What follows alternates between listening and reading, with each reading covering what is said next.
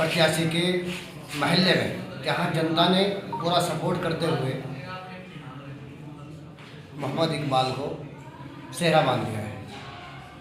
काफ़ी इंतज़ार करने के बाद हमारे बीच में पहुंचे हैं प्रत्याशी।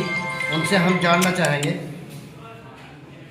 कि जनता से किस मुद्दे पर और कौन से विकास कार्य पर मेहनत चल रही है जो लोग इनकी तरफ जो है माइल हो रहे हैं। सर, आपका स्वागत है। हम आपसे जानना चाहेंगे कौन कौन से मुद्दे ऐसे हैं जिनसे आप जो है जनता के बीच में रूबरू होकर के वोट मांगते हैं। देखिए, मैं जो जनता से अपने लिए वोट मांग रहा हूँ, सबसे पहले जो है मेरे गांव का अब तक का इतिहास रहा है। मेरे बड़े भाई हाजी तस्लीम अहमद प्रधान रहे और जिस वक्त 88 में प्रधान बने थे तो इस गांव में हमें विरासत में जो है वो यहाँ के गारे और खंचे मिले थे और उसके बाद में लोगों का प्यार मिला। विधायकी में जो है वो हमें सम्मान दिया और इस गांव में इस विधानसभा क्षेत्र बहुत दूर तक लाल धान से लगाकर और निरंजनपुर तक हमने विकास कार्य करने में कोई कसर बाकी नहीं छोड़ी और आज भी विकास कार्यों के लिए चाहे वो ट्वेल हो, सिंचाई के साधन हो और या सड़कों का निर्माण हो, उनकी आज और विधायक मरम्मत भी नहीं करा पाए। रहे मेरे गांव का मसला नगर पंचायत का, ये पहली नगर पंचायत बनने के लिए जा रही है। मैं लंबे सफ़र से इस राजनीतिक में हूँ, लंबा अनुभव राजनीतिक में हो चुका है, जिसमें सन 82 से मैं राजनीतिक में सक्रिय हूँ।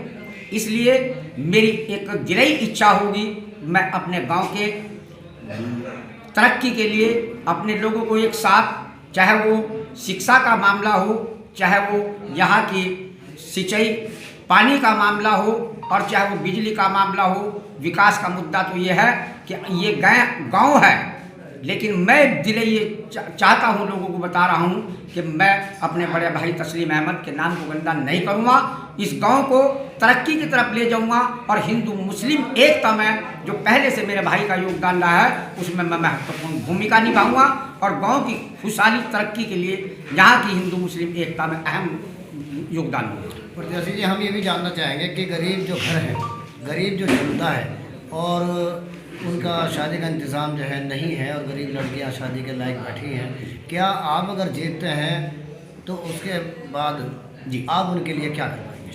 देखिए, जो सरकार द्वारा मेरा प्रयास होगा, यदि जैसा गांव के अंदर मकान बनवाने का मसला होता है गरीब योजना के तहत, मैं ये चाहूँगा अगर किसी के दो भाई हैं तो उनमें एक का नहीं बल्कि दोनों भाइयों को मैं एक महरूम नहीं रखूँगा, दोनों भाइयों का मकान बनवा कर दूंगा और ज़्यादा से ज़्यादा भरपूर मैं ये कोशिश करूँगा कि गरीब और मजलूम यहाँ का एक शान के साथ में जिए और वो उसके बच्चे तरक्की करें। रही शादियों का मसला, जो भी जहाँ तक भरपूर हमारा जुड़ाव मेरा जो है वो ये इतिहास रहा है, गरीब और मजलूमों के बीच में हमारी परवरिश हुई।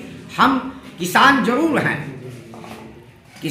हैं लेकिन हम गरीब और मजलूम तबके में जो है वो हमारी अपना उठ बैठ और मिलनसारी बहुत पहले से है और अब तक है और वो बरकरार रखूँगा।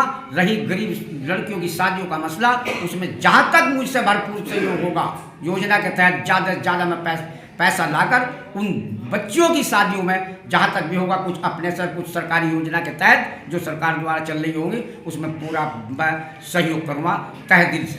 प्रत्याशी जी, एक बात और जानना चाहेंगे कि चुनाव के समय में बड़े वादे होते हैं, लंबे वादे होते हैं, लेकिन धरातल पर जीतने के बाद कार्य बहुत कम दिखाई देता है। जैसे कि सड़कों में गड्ढे आज भी पड़े हुए हैं और नाली खचाखच कबाड़ से भरी हुई है, साफ़ सफाई पर ध्यान नहीं दिया जाता और कुर्सी पर बैठकर जो है आदमी मस्त हो जाता है। क्या आप जीतने के बाद जो है उसी लाइन में लगेंगे या कुछ करके दिखाएंगे?